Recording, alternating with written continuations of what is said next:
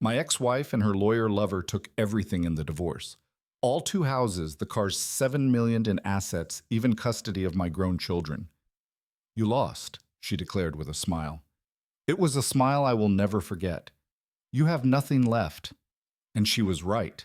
At the age of 65, I was broke, humiliated, and forgotten, left alone on the streets. But then I went to close the old savings account belonging to my grandfather Theodore, an account I figured had $40 tops. The bank manager went pale when he checked the records. Sir, this account has been active and generating interest since 1950. He swiveled the screen toward me and showed me the statement.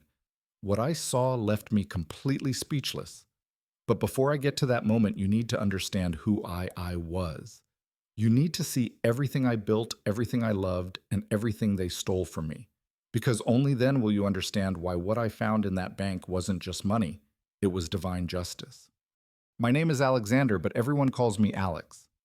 I am 65 years old, and for 38 of those years, I built an empire from the ground up.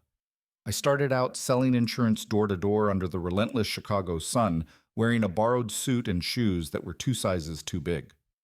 I walked 10 miles a day, knocked on 90 doors, and heard 89 rejections. But that one single yes, that one client who trusted me, was worth gold. I saved every penny for 4 years until I could open in my own agency. Then came the real estate investments back when no one was betting on certain neighborhoods. I bought properties others considered trash and polished them into jewels. By the time I turned 45, I owned 2 estates in the best areas of Illinois. I drove a black BMW 7 Series that shone like a mirror and had more money in the bank than my father made in his entire lifetime. But what I was most proud of wasn't the properties or the luxury cars. It was my family. Victoria and I married when I was 30. She was beautiful with those green eyes that seemed to read your soul and a laugh that could light up any room. We met at a business dinner. I was nervous, awkwardly trying to impress a big client when I spilled red wine all over the white tablecloth. Everyone went silent, but she laughed a genuine warm laugh and said, "Finally, someone with the nerve to ruin something perfect." That night, I knew I would marry her. We had 2 children. Emma arrived first with her mother's eyes and my stubbornness. 2 years later, Lucas was born quiet and observant, but with a huge heart. I watched them grow up, took them to school, and was there for every basketball game and every piano recital. I paid for top-tier universities, and I taught them the value of hard work. I showed them that money is important, but integrity is more so. When Lucas graduated as a lawyer and Emma became a doctor, I cried with pride. My life made sense. Everything I had worked for, every sacrifice, every extra hour had been worth it. Victoria and I celebrated 32 years of marriage. 32 years sharing the same bed, the same mornings, the same dreams. Or so I believed. Something started to change 3 years ago so subtly that I barely noticed it at first. Small things. She started coming home late, always with the same excuse, meetings with her lawyer about some distant aunt's inheritance paperwork. "It's complicated, Alex," she'd say while checking her phone. "Jordan says it could take months to sort out." Jordan, her lawyer, a man of 42, perfectly slicked hair, tailored Italian suits, and a used car salesman's smile. I met him once at a dinner. He shook my hand too hard and called me friend too many times. Something about him made me uneasy, but Victoria insisted he was the best attorney in the city. The meetings grew more frequent twice a week, then 3 times, then almost every day. She dressed up more than usual to go see him. New perfume dresses. I didn't remember buying her. When I asked, she'd laugh and say, "Oh, Alex, are you getting paranoid? Can't I just look good?" And I wanted to believe her. After 32 years together, I wanted to believe my wife wouldn't lie to me, that the love we had built was stronger than any temptation.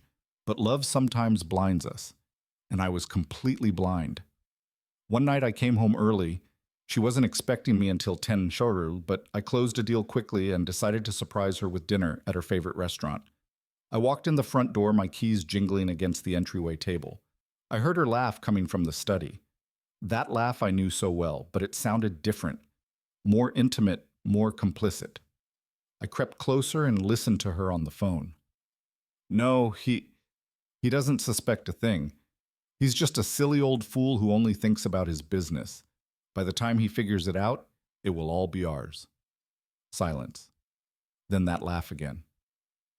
I love you, Jordan. Just a little more patience. The world stopped. My heart paused for an eternal second. I wanted to rush in, confront her, and scream, but something held me back. Maybe it was survival instinct, or maybe it was the fear of confirming what I had just heard. I backed away silently, left the house, and drove aimlessly for hours. The city lights blurred through the tears. I couldn't stop. 32 years of my life given to a woman who was now conspiring to steal everything from me. That night I slept in a cheap motel. I couldn't go back home. I couldn't look her in the eyes knowing what I knew. The next day I hired a private investigator. It cost a fortune, but I needed proof. I needed to know how long this had been going on, how deep the betrayal ran. The results came 4 weeks later. Photos of Victoria and Jordan entering hotels together, records of calls that lasted hours, emails where they planned every detail of how to take everything from me. Jordan, the brilliant lawyer, had found legal loopholes, technicalities, ways to make me look like the villain. And Victoria, my wife, the mother of my children, helped him with every intimate detail of our finances, our properties, and my life. I confronted Victoria one Tuesday morning. I placed the photos on the breakfast table while she sipped her coffee. She went pale for a second, just 1 second. Then she smiled. That cold smile I'd never seen before. So what are you going to do, Alex? Divorce me? Go ahead. Jordan already has everything prepared.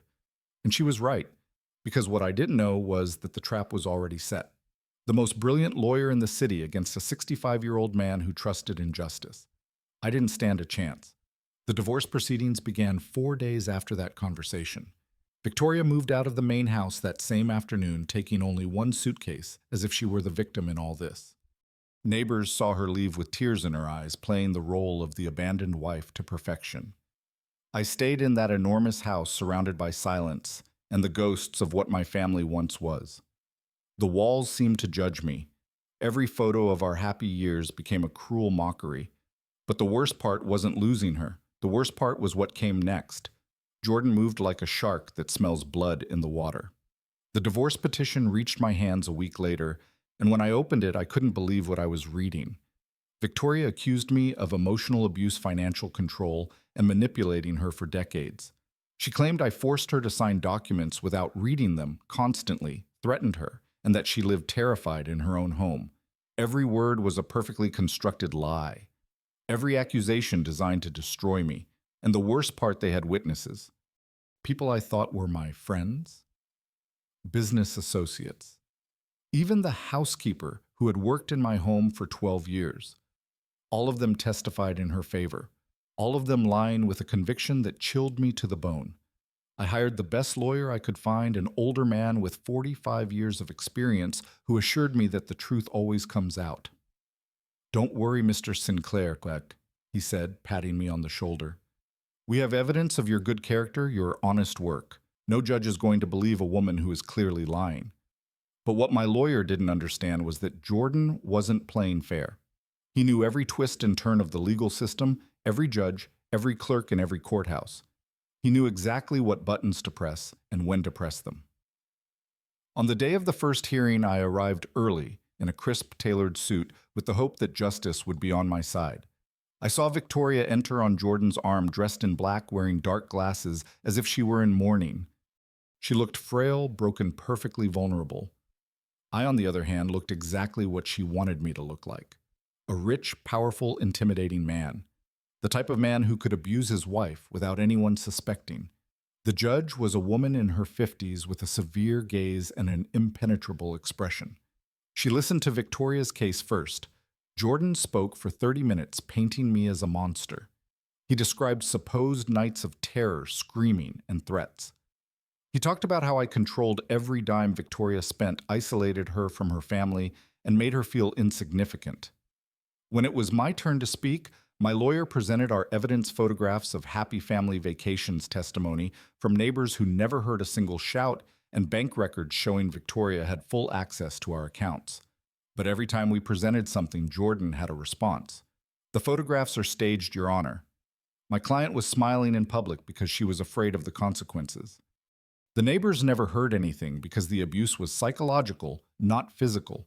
And yes, she had access to the money, but only under the constant supervision of her husband.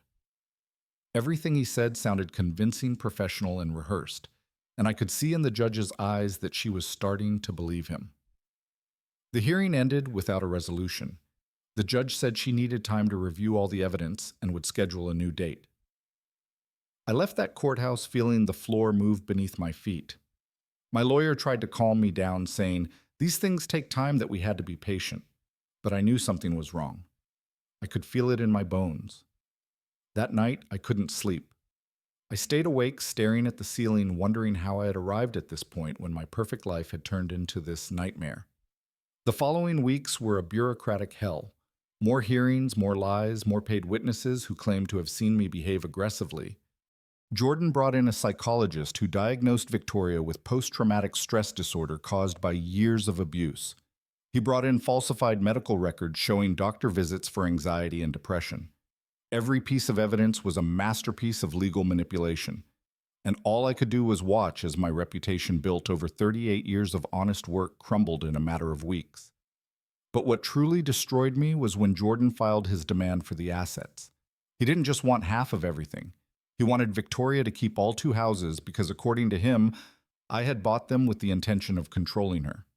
He wanted the cars because Victoria needed safe transportation after the trauma I had caused her. And he wanted full access to the bank accounts because I had supposedly hidden money, $7 million in assets that we had accumulated together over 32 years of marriage. And he was asking that everything, absolutely everything, go to her. My lawyer said it was ridiculous that no judge would grant that, but he was wrong, because Jordan had an ace up his sleeve that none of us saw coming. At the next hearing, he presented documents that supposedly proved I had diverted funds from my company to personal accounts, evading taxes for years. The documents looked legitimate with my signature with official seals, but I had never seen those papers in my life. They were perfect forgeries, so good that even my own lawyer doubted me for a moment. "Alex," he asked me privately, "is there anything you haven't told me? Because if these documents are real, we are in serious trouble." I swore to him that I had never done anything illegal in my life, that I paid my taxes religiously, that every cent of my company was registered and documented. But Jordan had done his work too well.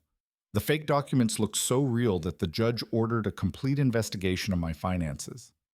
For 4 months, auditors reviewed every transaction, every receipt, every bank movement from the last 12 years.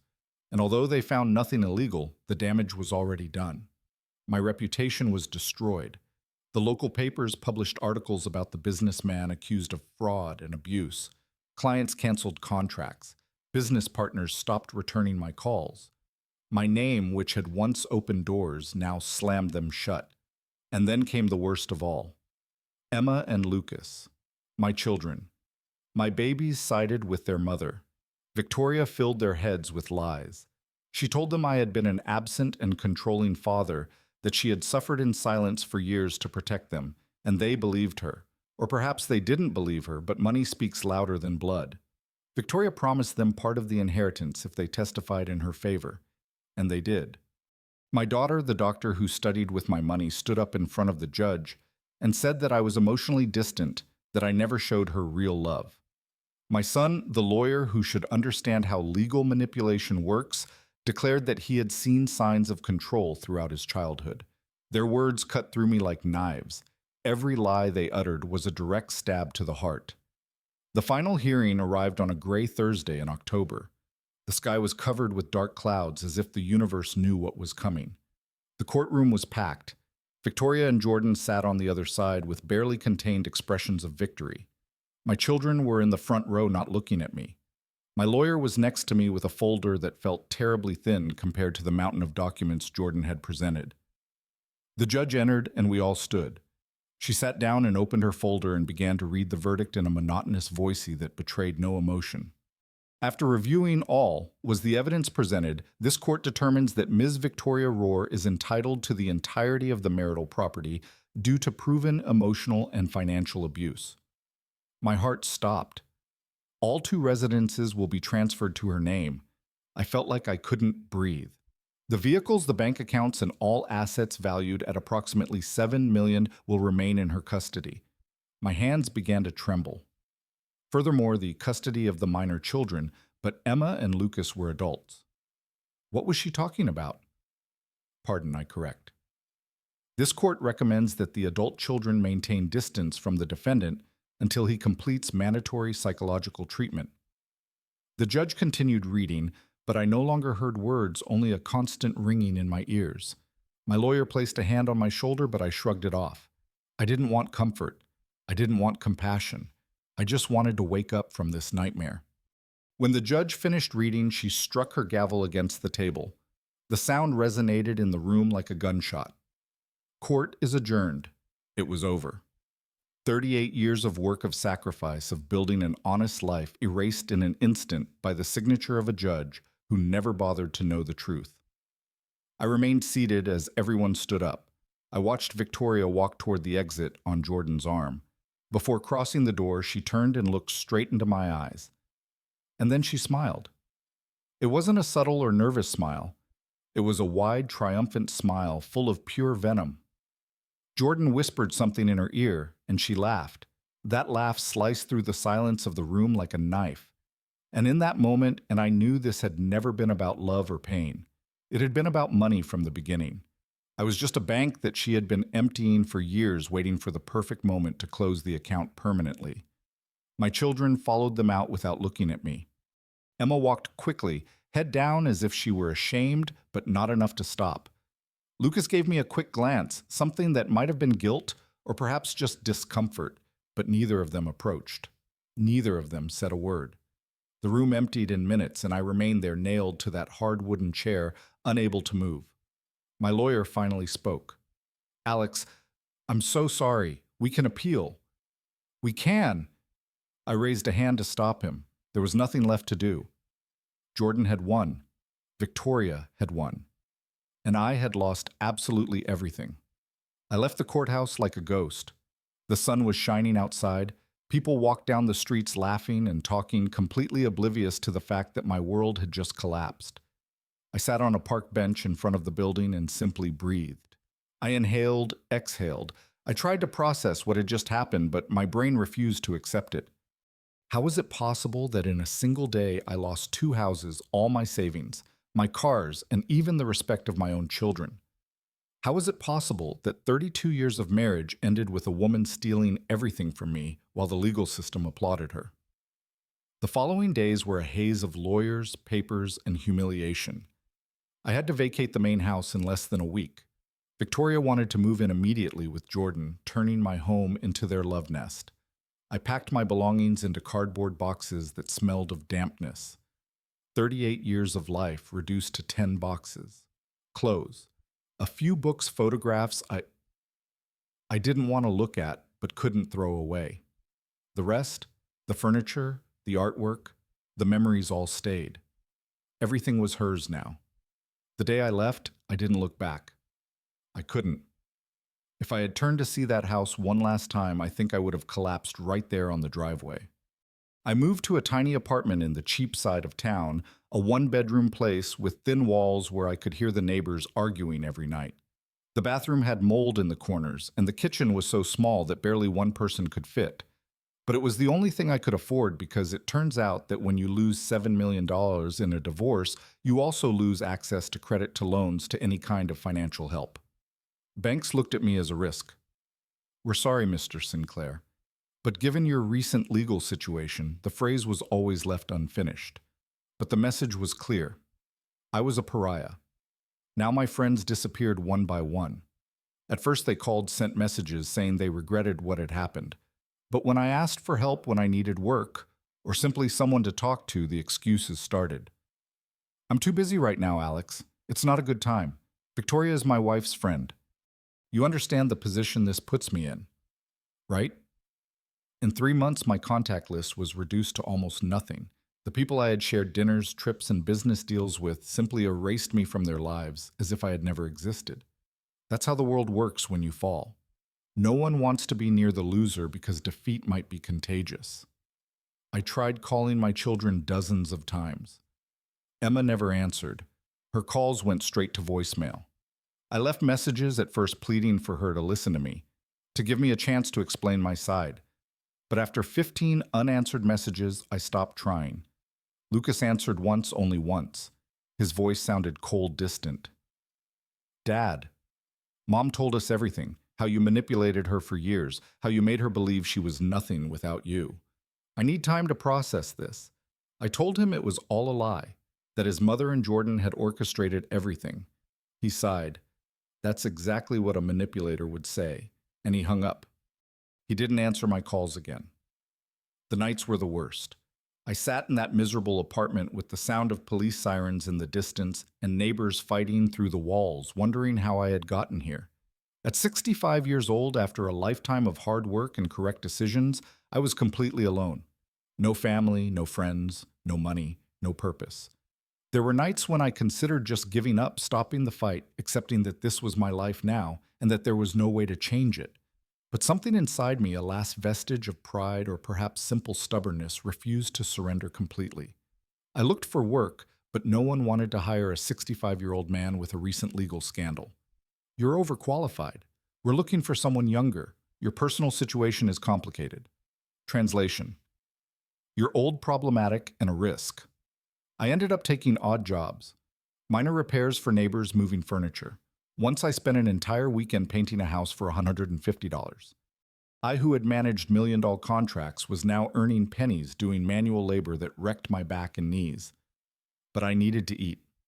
I needed to pay the rent for that hole I called home. One day, 4 months after the divorce, I was walking downtown when I saw Victoria and Jordan. They were leaving an expensive restaurant, the kind of place where we used to celebrate anniversaries. She wore a red dress I had never seen before. Jewelry glittered in the sun. Jordan held her by the waist, possessive, proud. They looked happy, radiant, living the perfect life with my money in my houses, driving my cars. I hid behind a pole so they wouldn't see me. Not out of fear, but because I couldn't bear the thought of them seeing me like this, destroyed, broken, defeated. That night, I hit rock bottom. I sat on the floor of my apartment, surrounded by bills I couldn't pay, and cried. I cried like I hadn't cried since I was a child. Tears of rage, of powerlessness, of pure despair. Why had I worked so hard to end up like this, alone and ruined, while the people who betrayed me enjoyed the fruits of my labor? It wasn't fair. None of this was fair. But just as I learned that night, it is not something the world owes you. It's something you have to fight to achieve. The next day, while organizing the few belongings I had left, I found an old box buried at the bottom of the closet. It belonged to my grandfather, Theodore. He had died when I was 25. But before he left, he had given me a few things: old papers, yellowed photographs, and a notebook where he wrote down his thoughts. I opened the box for the first time in decades, and the smell of old paper hit me. There was a photograph of him and my grandmother on their wedding day. They looked so young, so full of hope. And beneath the photograph, I found something I had completely forgotten: a small, faded green bank passbook with corners curled by time. I opened it curiously. It was a savings account from the Central Savings Bank that my grandfather had opened in 1950. I looked at the numbers written by hand in faded blue ink. The last recorded deposit was $40 in 1954. After that, nothing. The account had been forgotten for over 70 years. It was probably closed or inactive, but something clicked in my head, a tiny spark of curiosity amid all my despair. What if the account still existed? What if there was something in there? Even if it was just those $40, it wasn't much. But in my current situation, $40 meant food for a week. I decided to go to the bank the next day. I had nothing to lose. The Central Savings Bank still existed, though it was now part of a larger chain. The nearest branch was 30 minutes away by bus. I put on my only suit, the same one I had worn to the trial, now wrinkled and with a coffee stain I could never quite remove. I took the passbook and left early in the morning. The bus ride was long and filled with people going to jobs they hated. I arrived at the bank at 10:00 in the morning.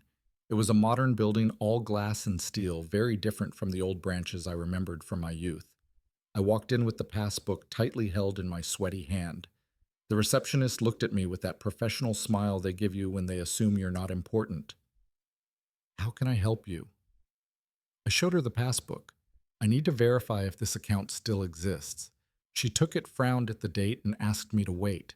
I sat in one of those uncomfortable chairs in the waiting room, surrounded by people conducting important business, while I chased a ghost from 1950. 15 minutes passed, then 25. I started to think I had made a mistake, that this was a waste of time. But then an older man appeared, about 55 years old, with thick glasses and a gray suit. Mr. Sinclair. I stood up. Yes, I'm Benjamin, the manager of this branch. Could you please accompany me to my office? There was something in his tone that made me nervous. He didn't sound like someone about to tell me the account was closed. He sounded like someone who had just seen something he didn't expect. We walked in silence down a marble-floored hallway to his office. He closed the door behind us and gestured for me to sit. He sat down in front of his computer and started typing. His face was pale. Mr. Sinclair, he said without looking at me. Do you have any identification that proves your relationship with Theodore Sinclair? I pulled out my ID. My last name was Sinclair. Theodore had been my paternal grandfather. Benjamin checked my documents, then looked back at the screen. He took a deep breath. Sir, this account exists. It is active and has been generating compound interest since 1950. The world stopped. What? My voice came out as a whisper. Benjamin swiveled the screen toward me, and then I saw it. The account balance. My eyes scanned the numbers once, twice, 3 times, unable to process them. It couldn't be real. It simply couldn't be real. 150 million. The room began to spin. I felt like I couldn't breathe. That can't be right. My voice trembled. Benjamin nodded slowly. I verified it 3 times. Your grandfather deposited $40 and $1950. The account was never closed. It has been accumulating interest for 75 years. With the bank's original interest rate and changes in policies over the decades, the amount has grown exponentially. I couldn't speak. I couldn't think. 150 million, an forgotten account, a piece of green paper that had been stored in a box for decades while I struggled, worked it, and bowled an empire from scratch. And all that time, this fortune had been silently waiting for me. There's something else, Benjamin said. He got up and went to an antique filing cabinet in the corner of his office. He pulled out a yellowed folder and extracted a sealed envelope from it. This was attached to the account. Specific instructions from your grandfather. It was to be given to the beneficiary when they accessed the account for the first time. I took the envelope with trembling hands. It was sealed with old red wax, the kind no one uses anymore. My name was written on the front in my grandfather's elegant handwriting. Alexander Sinclair, to be opened when you need it most. I broke the seal. Inside was a letter written on fine paper. The letters penned in ink that had faded but was still legible. I began to read, and the tears started to fall before I could stop them. My dear Alexander, if you are reading this, it means you found what I left for you. And if you found it, it means you need it. I know what it's like to be betrayed by those you trust. It happened to me with my business partner in 1947. He took everything, my business, my savings. He even tried to take your grandmother. The pain of that betrayal almost destroyed me. But I learned something important. Bad men can take everything they see, but they can never take what they don't know exists. The letter continued, I opened this account in secret in 1950 with the last $40 I had left. It was all I had in the world, but I didn't open it for myself. I opened it for you, for the grandson who hadn't been born yet, but whom I knew would come someday. I knew that time and interest would do their work. I knew that someday when you needed it most, this account would be here waiting for you, because true wealth is not what you show to the world. It is what you guard in silence for the dark times. Alexander. If you are reading this in a moment of pain, I want you to know something. Betrayal hurts because we love deeply. But that same love that makes us vulnerable also makes us strong. Do not let bitterness consume you. Use this money not to seek revenge, but to rebuild yourself. Use your pain as fuel, not as poison. And always remember, the ones who betrayed you have already lost because they lost a man of honor, and that is something no amount of money can buy. The letter ended with a line that broke me completely. Be the man I know you can be. Be the man I could no longer be. I love you even before I met you. Your grandfather Theodore. I folded the letter and pressed it against my chest, sobbing. Benjamin had the decency to look away, giving me a moment of privacy in my emotional breakdown.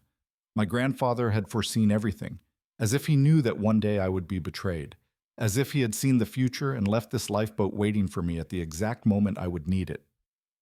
Benjamin waited until I composed myself. He offered me a tissue and a glass of water. Mr. Sinclair will need to process some documents to transfer the funds to an active account in your name for an amount of this size. The process may take a few days.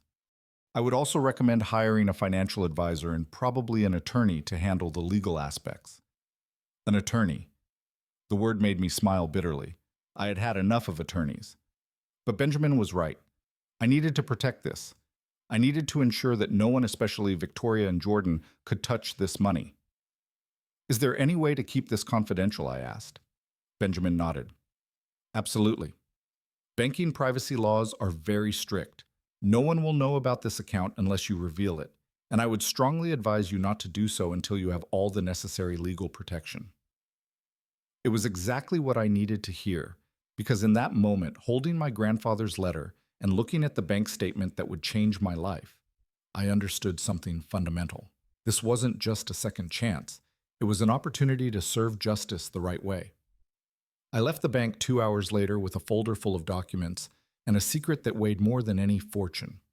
150 million. The figure swirled in my head like a whirlwind. I walked the streets aimlessly trying to process what had just happened. People passed by me completely unaware that the old man in the wrinkled suit walking among them had just become a multimillionaire. I was surreal. Just 24 hours earlier, I was figuring out how to pay the next month's rent. Now I had more money than I could spend in several lifetimes. But something in me had changed. I didn't feel euphoria. I didn't feel the urge to celebrate or to spend. I felt something much deeper and darker. I felt clarity. For the first time in months, my mind was completely clear. And in that clarity, I understood exactly what I had to do. Victoria and Jordan had taken everything from me because they thought I had nothing left to lose. They were wrong. And now I was going to show them just how expensive it is to underestimate a man who has hit rock bottom and found gold instead of darkness. The first thing I did was move not to an ostentatious mansion or a luxury penthouse. That would have drawn attention. I moved to a modest but respectable apartment in a quiet neighborhood. 2 bedrooms clean with good natural light, nothing that screamed money. I bought simple furniture, normal clothes, and kept my old car. Because the most important lesson I learned from my grandfather was this: true wealth is invisible, and I needed to be invisible while I prepared my next move. I hired an attorney, but not just any attorney. I researched for weeks until I found the best specialist in legal fraud and professional malpractice in the state, a man named Thomas Ray Parker, with an impeccable reputation and a 95% success rate in cases against corrupt lawyers. He was expensive, charging $600 an hour, but now I could afford him. We met in his office, a sober place with walls full of degrees and awards. I told him my entire story, every detail of the divorce, every lie, every falsified document. Thomas listened in silence, taking occasional notes. When I finished, he leaned back in his chair and looked at me with a serious expression. Mr. Sinclair, what you're describing to me is a clear case of legal malpractice and possible fraud. If we can prove that the attorney Jordan Vance falsified documents and manipulated the judicial process, not only could we reverse the divorce, but he would face criminal charges. I nodded. That's exactly what I want, but I need this to be done quietly. No one can know I have resources until the time is right. Thomas smiled for the first time. I understand perfectly. And coincidentally, I have a few contacts who could help us. Over the next few weeks, Thomas set in motion a silent but relentless machine. He hired a top-level private investigator, someone who knew how to get information without leaving a trace. The investigator started following Jordan, reviewing his past cases and talking to former clients. And what he found was better than I had expected, much better. It turned out I wasn't Jordan's only victim. Over the last 8 years, he had manipulated at least 6 other divorce cases using similar tactics. falsified documents, paid witnesses, and fabricated evidence. He always got away with it because his victims ended up so financially and emotionally destroyed that they had no resources to fight back. But we had resources, and more importantly, we had patience. The investigator compiled testimonies from those other victims. Some agreed to speak when they learned that someone was finally coming after Jordan. Others were afraid, but with time and the guarantee of legal protection, they began to open up. We also found something interesting about Victoria. It turned out that she and Jordan had been planning this for more than 4 years. Emails, text messages, call records, everything meticulously saved on servers they thought no one would check. The investigator was good at his job, very good. He gained illegal access to records that showed suspicious money transfers, secret meetings, and even photographs of them together dating back long before I suspected anything. The evidence was overwhelming, but Thomas advised me to wait. We have to build an airtight case. If we move too fast, Jordan could destroy evidence or flee. We need every piece in place before we strike. So I waited. And while I waited, I did something else. I began to rebuild my relationship with my children, but not in the obvious way.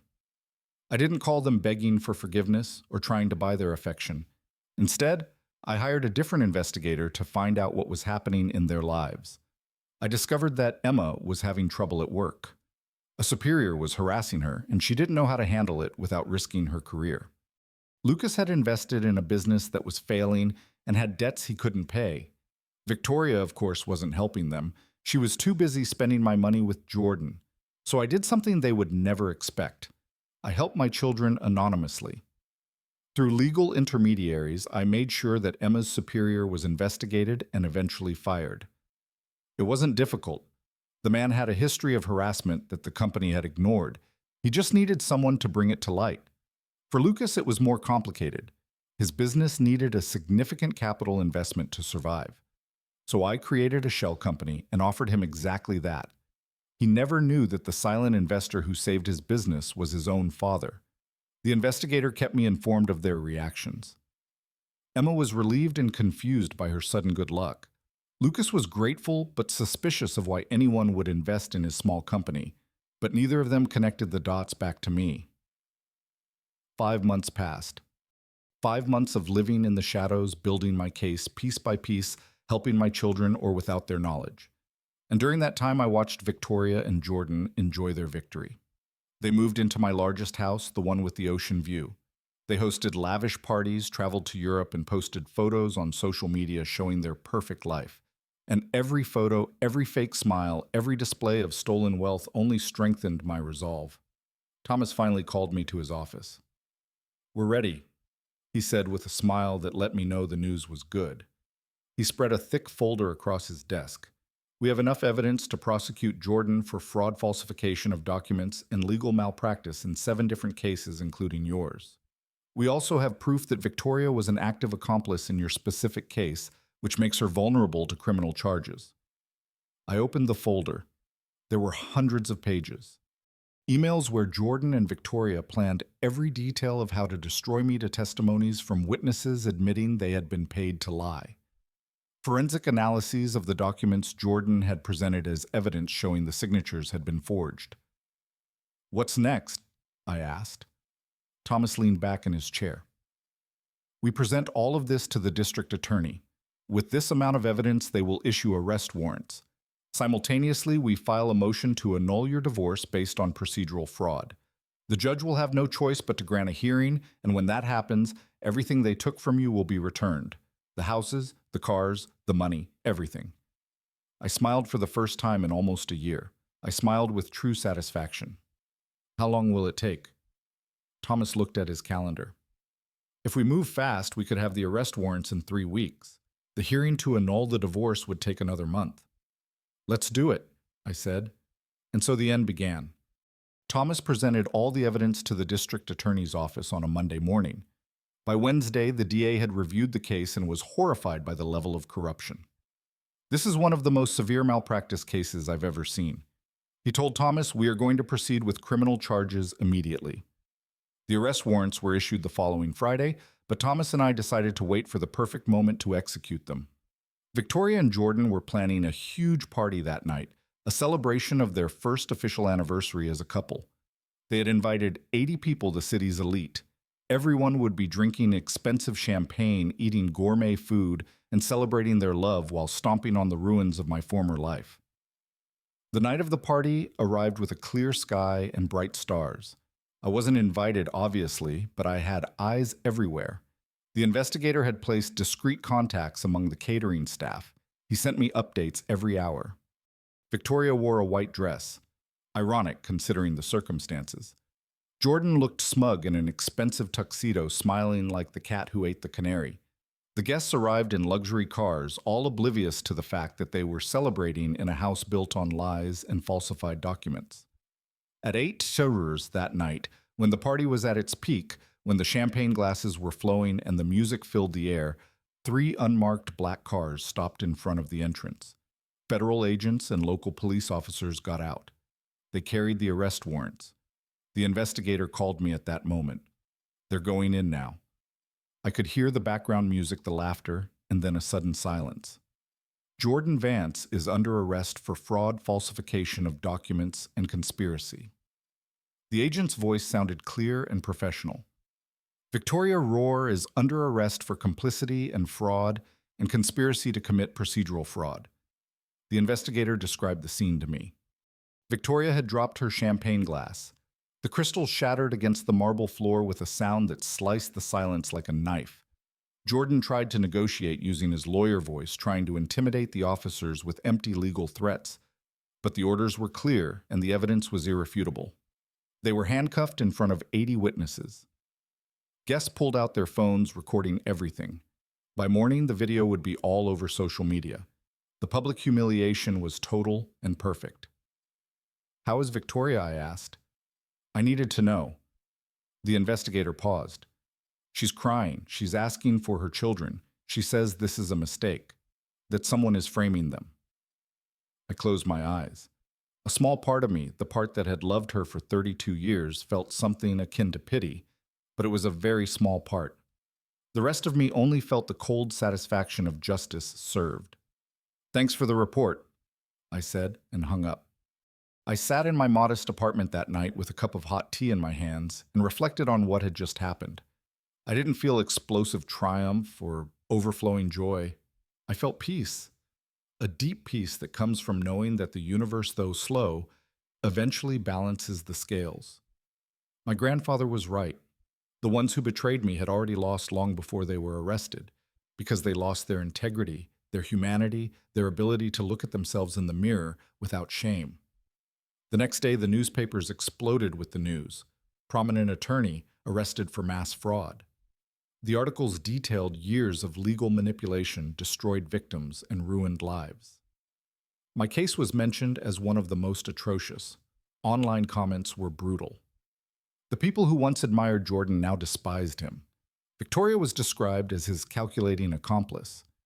The same people who had attended their party were now posting messages of indignation, conveniently forgetting they had been drinking champagne in a house bought with stolen money. Thomas called me that afternoon. The hearing to annul the divorce is scheduled for 4 weeks from now. With the arrests and all the evidence we have, it's virtually a done deal. You'll get everything back. I thanked him for his work and hung up. But recovering my material possessions wasn't my priority. There was something much more important I needed to recover. My children. That night, Emma called me. It was the first time I had heard her voice in almost a year. She was crying. "Dad, I saw the news. I didn't know. Mom told us so many things, and we believed her." Her voice broke. I didn't interrupt her. I let her cry. I let her process. I let her feel the weight of what she had done. When she finally calmed down, I spoke softly. "Emma, your mother manipulated you just like she manipulated me. I don't blame you. You were her children, and you wanted to believe her. I would have done the same thing in your place." She sobbed louder. "We were so cruel to you. We turned our backs on you when you needed us most. How can you forgive us?" I closed my eyes because I love you. And real love forgives even when it hurts. But I need you to understand something. Forgiveness doesn't mean everything goes back to the way it was before. We'll have to rebuild our relationship from scratch. And that will take time. Lucas called me an hour later. His tone was different from Emma's. There was shame, but also something else. Respect. Dad, the investor who saved my business. That was you. Wasn't it? I didn't answer directly. Does it matter who it was? He paused for a long time. Yes, because it means that even when we turned our backs on you, when we abandoned you at your worst moment, you kept taking care of us. Not because you expected anything in return, but because that's what real fathers do. His voice broke. I'm sorry, Dad. God, I am so sorry. I told them both that we would see each other soon, that we would talk about everything calmly, but that now I needed time to process my own healing. They understood, or at least they said they understood. Time would show if they truly did. The hearing to annul the divorce arrived faster than expected. The courtroom was the same one where I had lost everything a year ago. But this time, I was different. I walked in with my head held high, wearing a new, well-pressed suit, with Thomas at my side, carrying 3 thick folders of evidence. The judge was different, an older woman with a wise gaze who reviewed the case with meticulous care. Victoria and Jordan were not present. They were still in jail awaiting trial. Their defense attorneys looked defeated before the hearing even began. They knew they had no case. Thomas presented all the evidence, the falsified documents, with forensic analyses. The testimonies of witnesses admitting they had been paid to lie, the emails where Victoria and Jordan planned every detail, and Jordan's previous victims testifying about identical tactics. The judge listened to everything in silence, her expression growing sterner with each piece of evidence. When Thomas finished, the judge removed her glasses and looked directly at us. In my 25 years as a judge, I have rarely seen a case of procedural fraud so blatant and calculated. What was done to Mr. Alexander Sinclair was not just an unfair divorce. It was a systematic robbery orchestrated through the manipulation of the legal system. She paused, letting her words resonate. This court annuls the divorce in its entirety. All marital property assets and custody agreements are declared null and void. Furthermore, I order a complete investigation into the judge who presided over the original case for possible complicity or gross negligence. The gavel struck the table. The sound was different this time. It was not the sound of my world collapsing. It was the sound of justice. Finally being served. I walked out of that courthouse with my properties legally restored, my name cleared, and something more valuable than any material possession. I walked out with my dignity intact. Because I never succumbed to bitterness, I never sought violent revenge. I simply let the truth do its work.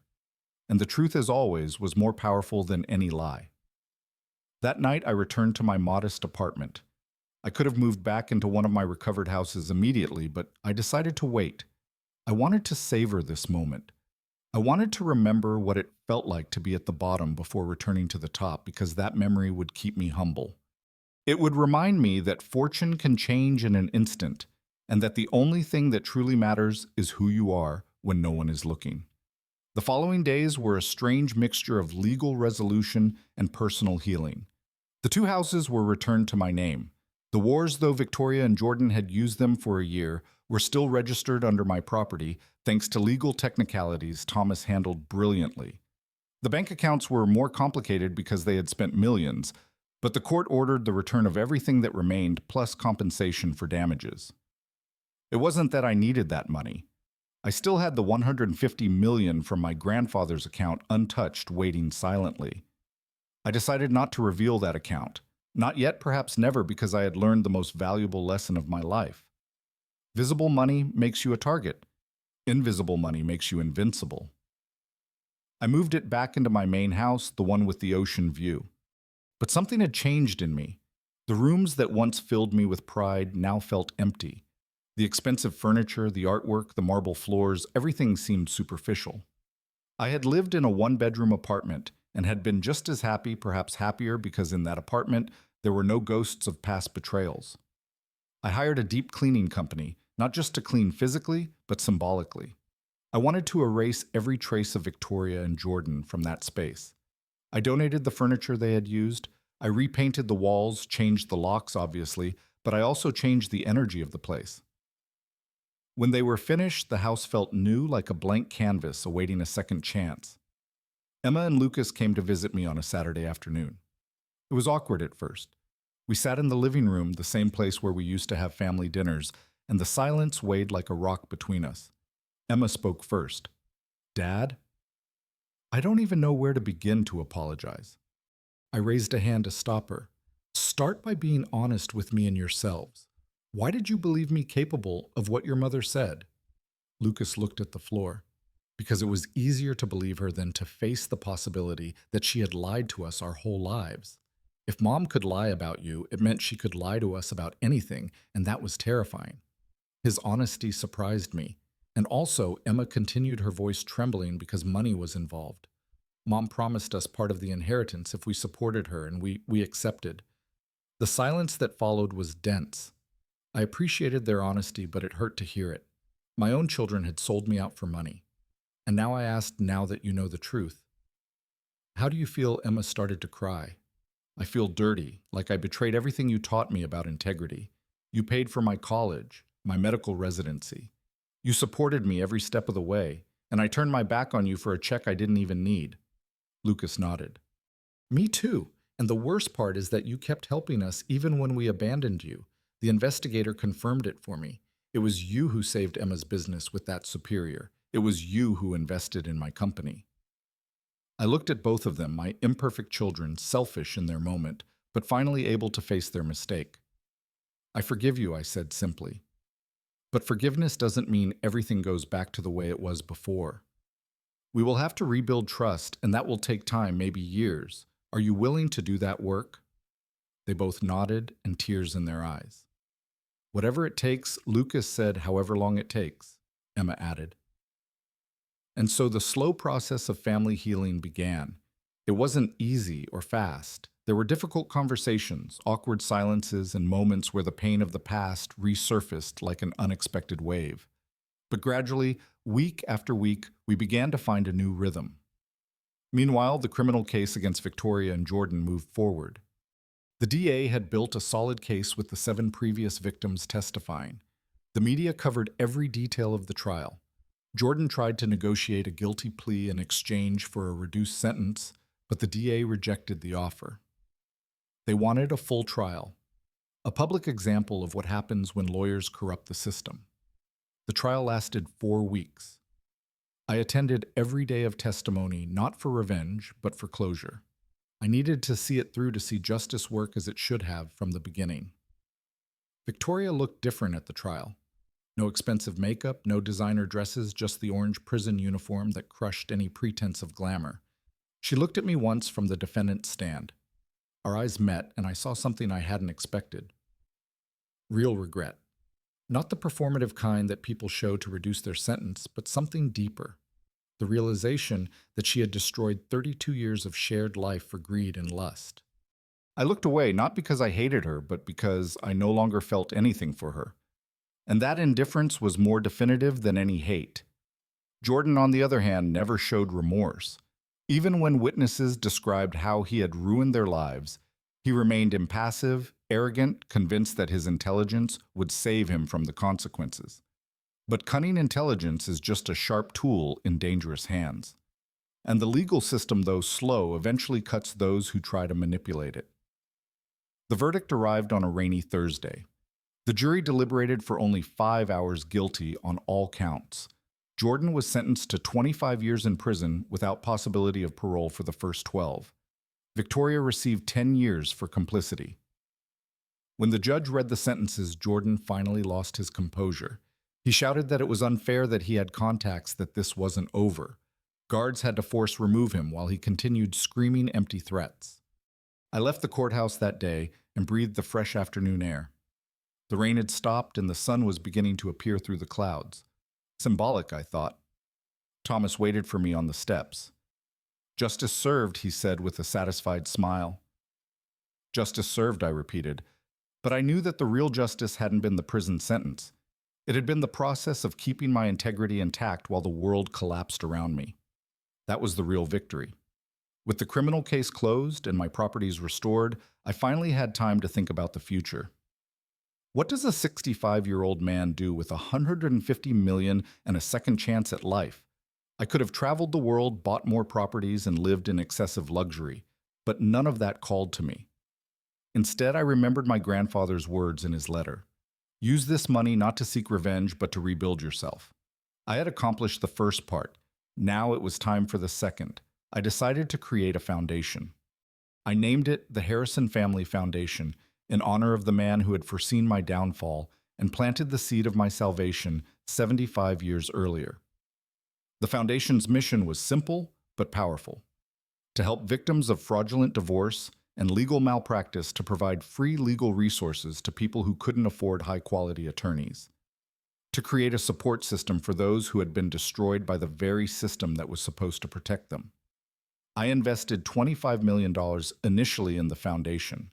I hired the best attorneys, investigators, and social workers. We opened offices in 5 major cities. In the first year, we helped 35 people overturn fraudulent divorces or prosecute corrupt lawyers. Every case won was a small victory against systemic injustice. And every person helped was a reminder of why I had survived my own nightmare. Not to accumulate wealth, but to use that wealth as a tool for real change. The foundation grew faster than I had anticipated. The stories of people destroyed by unscrupulous lawyers were countless. Every week, dozens of requests for help arrived. Mothers who had lost their children due to false accusations, fathers financially ruined by manipulated divorces, and elderly people stripped of their life savings by corrupt legal guardians. Each story was a mirror of my own experience, and each one reinforced my commitment to this mission. I hired Thomas as the foundation's legal director.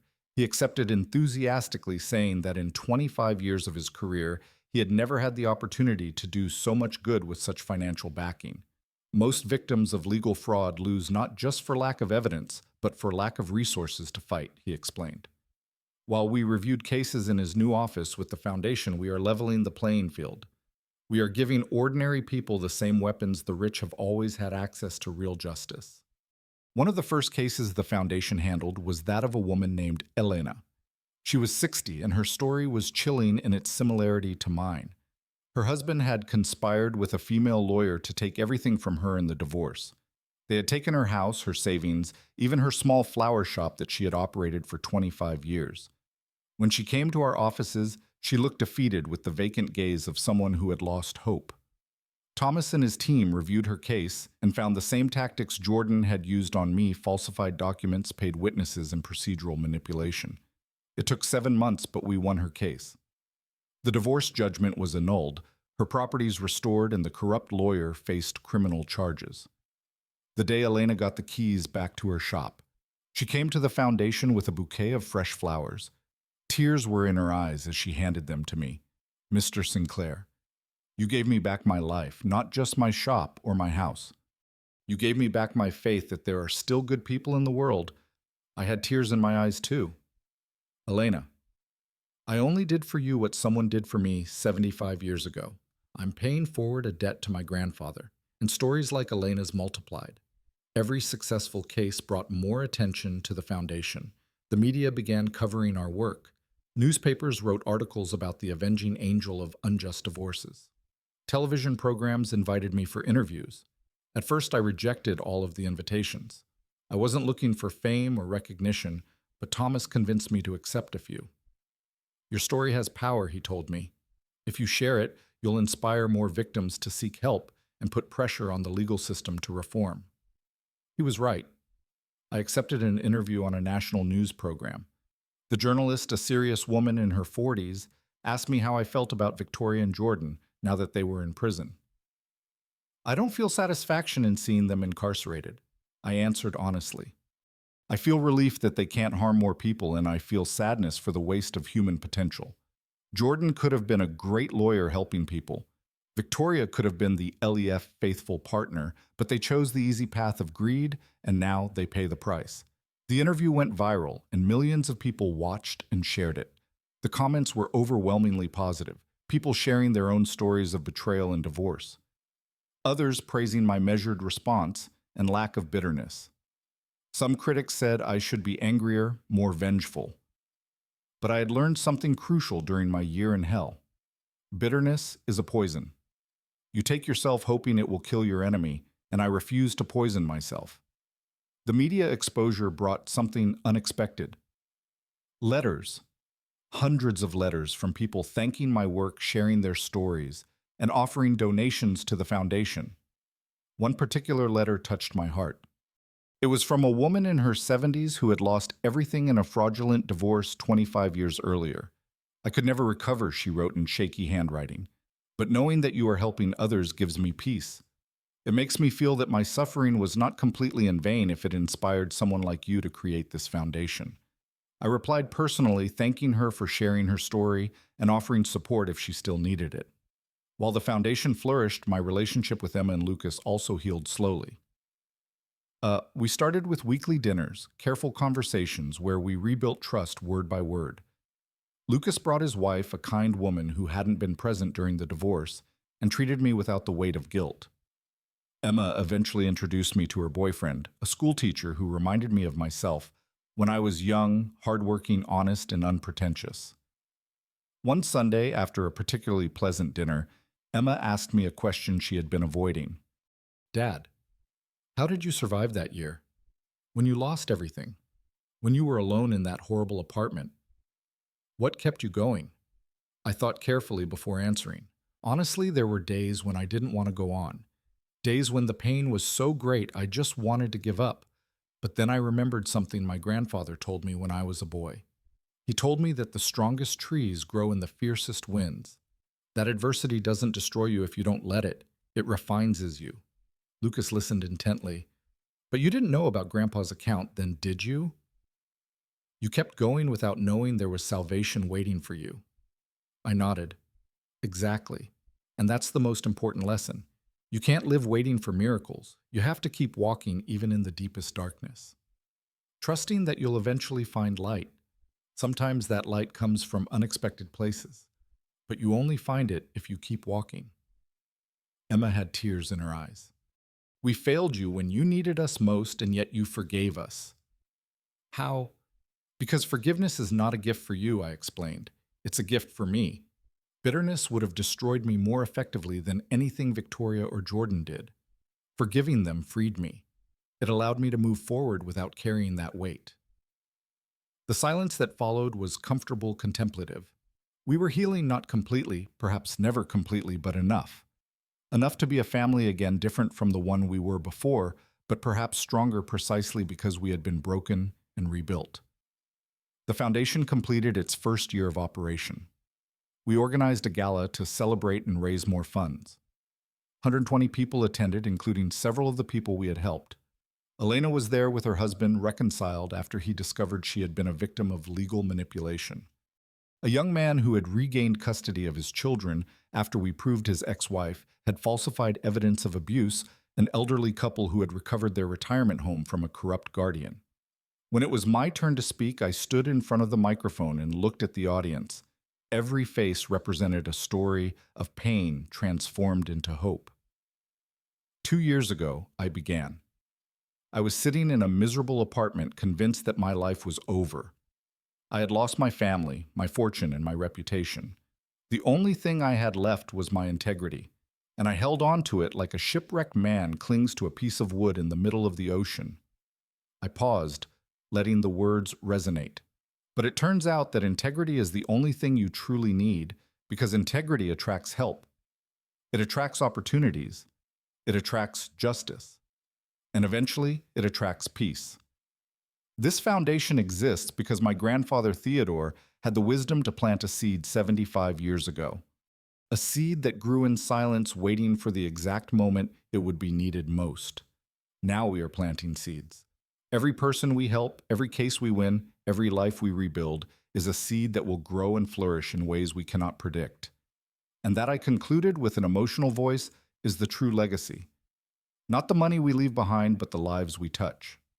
The applause was deafening and sincere. People stood up. Some were crying. Others smiled with that smile that comes from finding hope where there was only despair. As I stepped off the stage, Emma and Lucas were waiting for me. They hugged me together, something they hadn't done since they were small children. "We're proud of you, Dad," Emma whispered. And in that moment, I felt that I had finally come full circle. I had lost everything and recovered it. But more importantly, I had gained something I never had before: true purpose. The following months brought more changes. The foundation opened offices in 12 more cities. We established a training program for young lawyers who wanted to specialize in defending victims of legal fraud.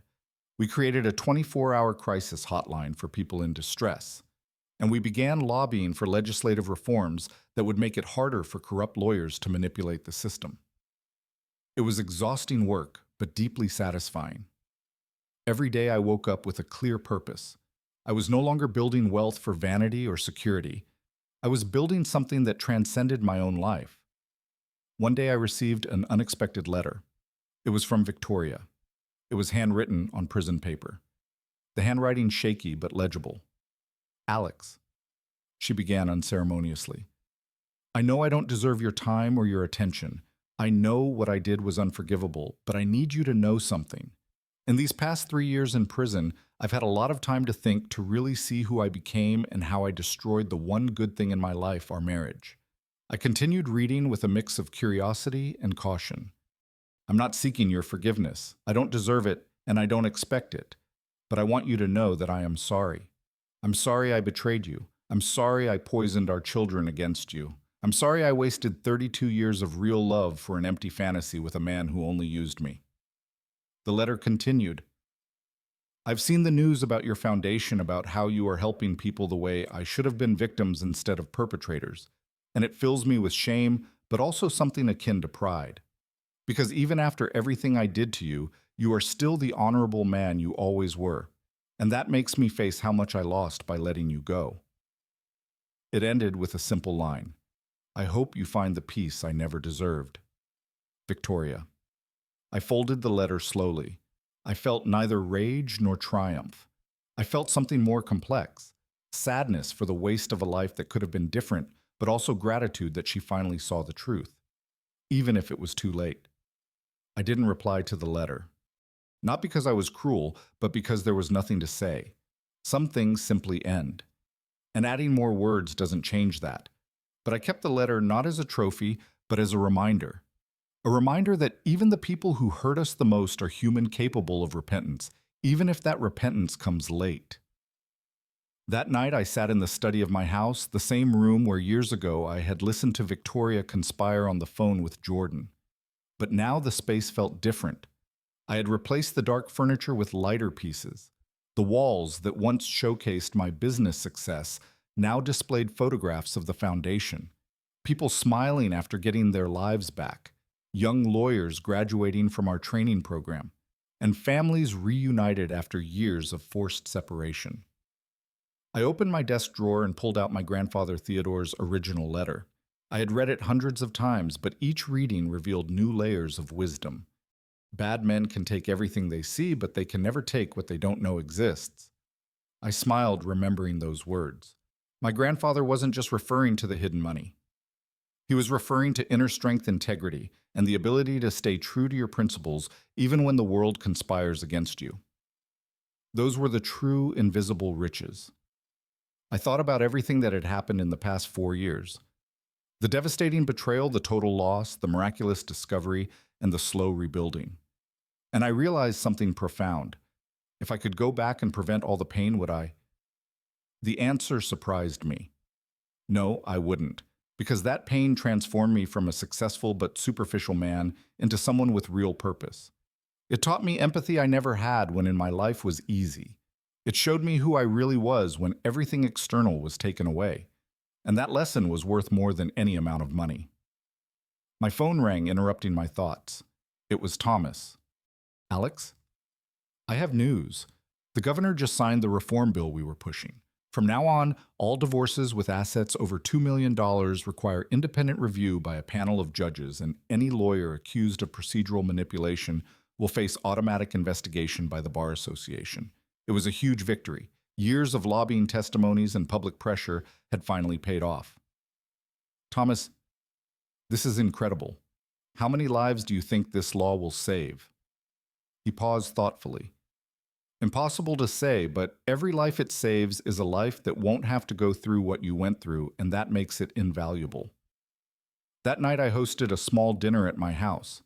Emma Lucas, their partners, and a few key members of the foundation team. We cooked together something we had never done when I was rich and successful. Before we had chefs and staff now, we had laughter in the kitchen. As Emma burned the onions and Lucas tried to save the sauce, it was chaotic and perfect. During dinner, I raised my glass. I wanted to make up thou stones to my grandfather Theodore, who had the wisdom to plant a seed he wouldn't live to see grow. To the brave people who share their stories of pain to help others. To my children who had the courage to admit their mistakes and work to make amends. And to all of us for choosing every day to be better than we were yesterday. The glasses clinked with that crystalline sound that marks important moments. And as I looked in at the faces around the table, I realized that this was true wealth. Not the 150 million in the bank, not the houses or the cars, but these human connections rebuilt after being broken. Stronger precisely because they had survived the fracture. After dinner, when everyone had left, I walked out to the Ocean View Terrace. The moon shone over the water, creating a silver path to the horizon. The salty air filled my lungs. I was 68 years old. I had lived several lives in one. Successful entrepreneur, betrayed husband, ruined man, miraculous heir, philanthropist, and forgiving father. And through it all, I had learned the most important lesson. Time is the greatest ally of the unjustly wronged. Not because it guarantees revenge, but because it guarantees perspective. Time shows you that the people who betrayed you betrayed themselves first. That they lost much more than they took from you. That the real victory is not in watching them fall, but in remaining standing without becoming what they are. I recalled the last words of my grandfather's letter. Be the man I know you can be. And I smiled because I finally understood what it meant. It didn't mean being perfect. It meant being whole. It meant getting up every time you fall. It meant forgiving when and it's hardest. It meant using your pain as fuel to help others instead of as poison to destroy yourself. The ocean continued its eternal rhythm, waves rolling in and receding, rolling in and receding. Constant, patient, unstoppable. Like justice when it finally arrives. Like love when it's real. Like hope when you refuse to let go. I went inside the house, closed the door behind me, and went to sleep with a clear conscience. Because today, like every day since I found that forgotten account from 1950, I understood something fundamental. My grandfather didn't leave me money. He left me a lesson about patience, about faith, and about believing that even in the darkest moments there are seeds planted long ago waiting for the perfect moment to blossom. And those seeds, when they finally grow, don't just save you, they save everyone you touch afterward. That is the true miracle. Not the hidden fortune, but the ability to transform your worst nightmare into your life's greatest purpose. Did you like my story? And which city are you listening from? Let's meet in the comments. If you liked the story, you can support me by sending a super thanks so I can keep bringing more stories like this. Thank you so much for your sweet support. I'm looking forward to your comments on the story. On the screen, you can see 2 new life stories that I highly recommend. There's so much more on my channel. Don't forget to subscribe. See you in the next life story. With love and respect.